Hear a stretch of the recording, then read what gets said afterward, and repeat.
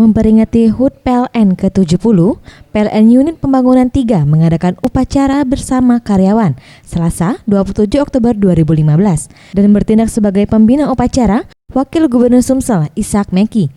Dalam sambutannya, saat ini kapasitas daya listrik terpasang yang berasal dari pembangkit di Provinsi Sumatera Selatan mencapai 1.370 MW.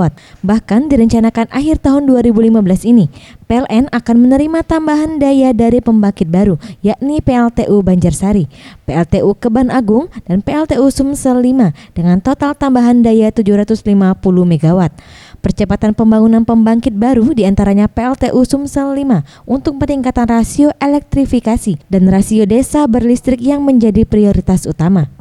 Ishak Meki juga menambahkan, dampak dari El Nino yang membuat musim kemarau lebih lama dan ditambah dengan kabut asap membuat Gubernur Sumsel menginstruksikan untuk berhemat listrik di seluruh jajaran SKPD di wilayah Sumsel guna menekan beban puncak pada jam malam.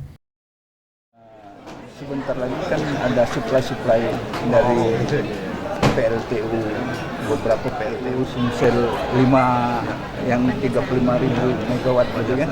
Nah itu insya Allah 2018 ya. Yang percepatannya beberapa yang tadi Bapak sampaikan. Ya. Kan tidak bisa masuk.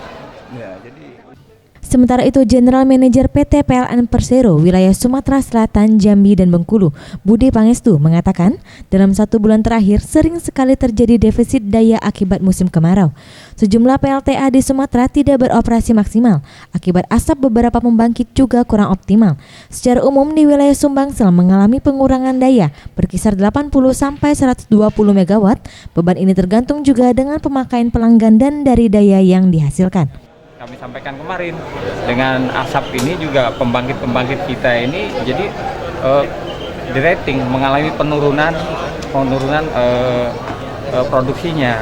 Jadi kemarin sudah kita hitung dari kawan dari pembangkitan, paling tidak kita 240 MW itu berkurang karena pengaruh dari asap. Karena apa? Filternya itu jadi apa?